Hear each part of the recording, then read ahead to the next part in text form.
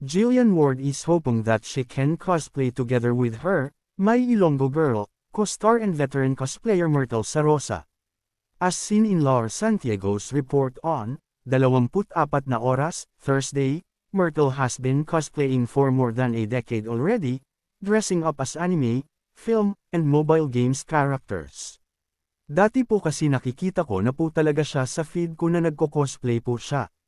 Ako, gusto ko rin ay try mag-cosplay one day, so malay niyo po, kahit after ng show ay makapag-collaborate pa po kami, Jillian said. However, Jillian feels shy asking Myrtle for the collaboration. Kasi ako po wala pa akong talagang real experience. Siya po talaga sobrang professional na po siya doon, so dadahan-dahanin ko. Tas sasabihin ko, paturo naman ako, she said. When asked who she thinks Jillian should cosplay, Myrtle said, parang si Angela ng ML. Kasi favorite character ko yan sa Mobile Legends.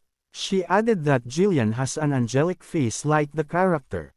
My Ilonggo Girl also stars Michael Sager, R. San Agustin, Lian Valentin, Empoy Marquez, Teresa Loizaga, Arlene Mulak, Richard Kwan, Andrea Del Rosario, Vince Maristela, and Gio Mana.